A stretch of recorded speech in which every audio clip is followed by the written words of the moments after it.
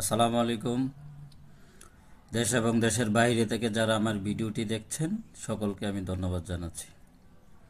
দর্শক, আজকে আমার আলোচ্য বিষয় হচ্ছে ডোনাল্ড ট্রাম্প সাহেব নরেন্দ্র মোদীকে বাংলাদেশ ইস্যুতে দায়িত্ব দিলেন, এতে শতজনের শত মতভেদ। দর্শক, আমার আজকের এই আলোচনার হেডলাইন থেকে বিষয়টি আপনারা বুঝতে পেরেছেন কি বিষয়টি নিয়ে আমি আলোচনা করব। ইতিমধ্যে এই বিষয়টি নিয়ে অনেক আলোচিত সমালোচিত সমালোচনা হচ্ছে দেশ এবং দেশের বাইরে। বিভিন্ন মিডিয়া এবং রাজনৈতিক বিশ্লেষক, সুশীল সমাজ, নাগরিক সমাজ, আপামর জনতার মধ্যে সকলের মধ্যে এই বিষয়টি নিয়ে আলোচনা হচ্ছে। তো সকলের মতো করে তার মত প্রকাশ করতেছে। তো আমার এই বিষয়টি নিয়ে একটি ফেসবুক পোস্ট দিয়েছিলাম। সেই পোস্টেও অনেকে পক্ষে বলেছেন বা অনেকে আমার ভুল ধরেছেন। তো আমি শুধু আমার নিজ থেকে এই বিষয়টা আমি পোস্ট করিনি। আমি অবশ্যই এটার অর্থ জেনেছি, বা যারা অনেক বাংলাদেশের অনেক বিখ্যাত প্রিন্ট মিডিয়া এটা নিয়ে নিউজ করেছে, অনেক বিখ্যাত রাজনৈতিক ব্যক্তি বা রাজনৈতিক বিশ্লেষক, তারা এই বিষয়ে মতভেদ দিয়েছে। যেমন গোলাম মাওলা রনি সাহেব বিএনপির একজন বড় নেতা এবং ওনার রাজনৈতিক বিশ্লেষক বলা যায়। উনি এই বিষয়টা নিয়ে বিশ্লেষণ করেছে, কালবেলা করেছে, ৭১ টেলিভিশন করেছে, এবং কি আরও অনেকেই। মানচিত্র একটা ইউটিউব চ্যানেল আছে, উনিও সাংবাদিক, এই মুহূর্তে আমার নামটা মনে আসতেছে না। উনিও কিন্তু এই বিষয়টা নিয়ে বলেছেন, আবার দেশের বাইরে বলেছেন, অনেকে এই বিষয়টা নিয়ে বলেছেন। তো বা আমি যে স্ট্যাটাসটা দিয়েছি বা আমরা যেটা বলতে চাচ্ছি, বা এর যে এটার অর্থ যে হচ্ছে বা এবং কি গোলাম দস্তগীর নামে একজন আমেরিকাতে সাংবাদিক আছেন। উনি প্রতিনিয়ত ইয়ে করে থাকেন, প্রশ্ন করে থাকেন, আপনারা জানেন। তো উনিও এই বিষয়টা তর্জমা করেছেন বা অনুবাদ করেছেন, ট্রাম্প সাহেব কি বলেছেন। তো ওই দিন ট্রাম্প সাহেব যেটা বলেছেন, আমাদের মত বা অন্যান্যদের মতে হচ্ছে যে উনি বাংলাদেশের এই পরিবর্তন যে হয়েছে বা যে বিশৃঙ্খল অবস্থা, মব জাস্টিস, মব হচ্ছে বা ৩২ ভাঙচুর, আওয়ামী লীগের নেতাদের নিধন, আওয়ামী লীগের নেতাকর্মীদের মিথ্যা খুন, গুম, তাদের বাড়িঘর ভাঙচুর, অগ্নিসংযোগ, এইসব বিষয় নিয়ে যখন বলেছেন, তো তখন উনি বলেছেন যে এটা আমি প্রধানমন্ত্রীকে দায়িত্ব দিতে চাই। মানে হচ্ছে এখানে ডোনাল্ড ট্রাম্প ওনার পাশে বসিয়েছেন মোদিজিকে।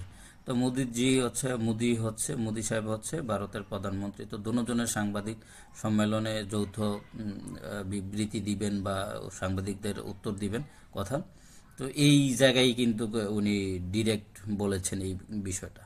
এখন আমার কথা হচ্ছে যে উনি তো আমরা সকলে জানি যে একজন প্রাইম মিনিস্টারকে যখন বিভিন্ন দেশ সফর করে আসেন, বা কোনো রাষ্ট্রপতি বিভিন্ন দেশ সফর করে আসেন, বা কোনো মন্ত্রী বিভিন্ন দেশ সফর করে আসেন, বা তারা দ্বিপাক্ষিক আলোচনা করেন বিভিন্ন দেশের সাথে, যখন তার নিজের দেশে আসেন বা সাংবাদিক সম্মেলন করেন, তখন সাংবাদিকদেরকে কিন্তু বিভিন্ন গোয়েন্দা সংস্থা এবং কি তার এপিএসদের মাধ্যমে ঠিক করে দেওয়া হয় যে কি কি এ, প্রশ্ন করা যাবে, এটা ঠিক করে দেওয়া হয়। এখন আমার কথা হচ্ছে, সারা বিশ্বের মোড়লদের মোড়ল আমেরিকার যে নবনির্বাচিত প্রেসিডেন্ট ডোনাল্ড ট্রাম্প এবং বৃহত্তর গণতান্ত্রিক রাষ্ট্রের প্রধানমন্ত্রী নরেন্দ্র মোদী সাহেব, ওনারা দ্বিপাক্ষিক আলোচনার পরে সাংবাদিক সম্মেলনে ওনারা প্রশ্নের উত্তর দিবেন।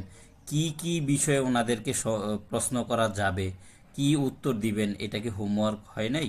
আপনার আর সাধারণ মেধায় কি বলে, এটার জন্য কি নাসার বিজ্ঞানী হতে হবে? আপনারা বোঝেন না যে তাদের দিকে সারা পৃথিবী তাকিয়ে আছে, তারা কি বলবেন, কি প্রশ্নের উত্তর দিবেন, কি প্রশ্নের উত্তর কিভাবে দিবেন, তাদেরকে কি প্রশ্ন করা যাবে, কোন কোন সাংবাদিক ওইখানে যেতে পারবেন, এটা তো ভাই সব সাংবাদিক ঢুকতে পারবে না। তাইলে সাংবাদিকরা কি প্রশ্ন করবেন এইটাও যেমন ঠিক করে দেওয়া থাকে, এবং কি বলবেন এটার উত্তরও কিন্তু ঠিক করে দেওয়া থাকে। দেখবেন যে দুজনের পিছনে দুইটা, একটা ভদ্রলোক, একটা ভদ্র মহিলা, দুইজন কিন্তু ছিলেন, তাদের হাতে লেখা ছিল, এই লেখা অনুযায়ী কিন্তু বলে দিচ্ছেন, ওনারা কিন্তু মুখে বলতেছেন। তাহলে সাংবাদিকদের সামনে আসার আগে কিন্তু এই বিষয়টা পূর্বে নির্ধারণ করা ছিল, স্টাডি করেছিলেন দুজন। আপনি মোদিজিও করেছে, ডোনাল্ড ট্রাম্প সাহেবও করেছে, এতে কোনো সন্দেহ নেই। আপনারা যারা বিতর্ক করছেন, বিতর্ক করে আপনাদের ফেভারে নিতে চাচ্ছেন, কোনো এটা নেওয়ার কোনো সম্ভাবনা নাই আপনারা এই বিতর্ক। এখন আপনারা যারা বলতেছেন যে এটা ডোনাল্ড ট্রাম্প সাহেব গুরুত্ব দেয় নাই, এটা অ্যাবাউট করেছে, এটা মোদিজিকে ছোট করেছে, তো ভাই আমার কথা হচ্ছে ডোনাল্ড ট্রাম্পকে তো কেউ জোর করে কথা বলাতে পারবে না, সাংবাদিকরা বলতে পারবে না যে আপনি এইভাবে বলেন, না হয় বলা যাবে না, বা এই প্রশ্নের উত্তরটা দিয়ে যেতেই হবে, এরকম তো কোনো করতে পারবে না, বলতে পারবে না। তো ট্রাম্প সাহেব যদি এটা এতই অপ্রাসঙ্গিক মনে করতেন, তাহলে তো ট্রাম্প সাহেব বলতে পারতেন যে এটা বিচ্ছিন্ন একটা ঘটনা, বিচ্ছিন্ন একটা বিষয়, অপ্রাসঙ্গিক বিষয়, আমি এই মুহূর্তে এই বিষয়ে কোনো কথা বলতে চাচ্ছি না। এভাবে তো উনি অ্যাভয়েড করতে পারতো, তাই না? উনি যদি এটা অ্যাভয়েড করতো তাইলে তো ওনারা কেউ জোর করতে পারতো না ভাই, এটা আপনারা বুঝতেছেন না কেন? তো উনি কেন এটা মোদি সাহেবকে দায়িত্ব দিলেন? হ্যাঁ, মোদি সাহেবকে দায়িত্ব দেওয়ার পরে কি হবে না হবে এটা পরের বিষয়, কিন্তু দায়িত্ব দেওয়া নিয়ে তো আপনারা সবাই বিতর্ক করছেন, আমরা বিতর্ক করছি, নানান জন নানান মতামত দিচ্ছে। এখন আমার কথা হচ্ছে উনি আমেরিকার প্রেসিডেন্ট, উনি ছোটোখাটো প্রেসিডেন্ট না। উনি কি বলবেন এটা তো আগেই ঠিক করা থাকে রে ভাই, ওনাকে কি প্রশ্ন করা যাবে এটাও আগে ঠিক করা থাকে। এবং উনি যদি নিতান্ত নাই চাইতো বলার জন্য, তিনি বলতে পারতো যে এটা অপ্রাসঙ্গিক বিষয়, আমি এই বিষয়ে এখন কথা বলতে চাচ্ছি না, তাহলে তো চলতো। এখন উনি এটা বলে নাই। এখন মোদি সাহেবকে কেন দায়িত্ব দিলেন? উনি কিন্তু বলছে আমি পড়েছি, স্টাডি করেছি, শত শত বছর এই জনপদের শাসন করেছে ভারত, উনি এটা জানে ট্রাম্প সাহেব। মোদিজি এই বিষয়টা নিয়ে কাজ করতেছেন দীর্ঘদিন, এটাও বলেছেন। তার মানে কি, মোদিজি বাংলাদেশের বিষয়ে, উনি নির্বাচিত হওয়ার পর থেকে বাংলাদেশের বিষয়ে কাজ করেন। ট্রাম্প সাহেব এর আগের বার যখন নির্বাচিত হয়েছিল তখনও জানতেন, কারণ উনি এই উপমহাদেশকে ভারতের চোখ দিয়েই ট্রাম্প সাহেব দেখতেন। তো এটা কেউ বলছেন আমার মনে হচ্ছে না। এবারও উনি এই উপমহাদেশকে, আমাদের এই উপমহাদেশকে ভারতের দিল্লির চোখ দিয়ে দেখবেন, এটাই স্বাভাবিক ভাই। এটা লুকানোর কোনো কিছু নেই।